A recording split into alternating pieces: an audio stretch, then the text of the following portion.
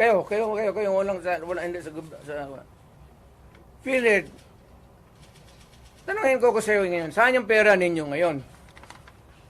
Ito ang naiwan na lang is out of the 89 billion, 29 na lang. So yung ang nawala nito, tanong ninyo saan yung pera ngayon? Saan yan? Saan ang pera niyan? Ayuda.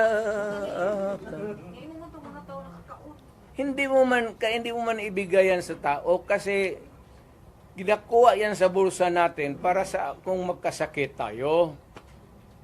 If you spend it for some other way, that is malversation. And that I will tell ang sundalo, sabihin ko sa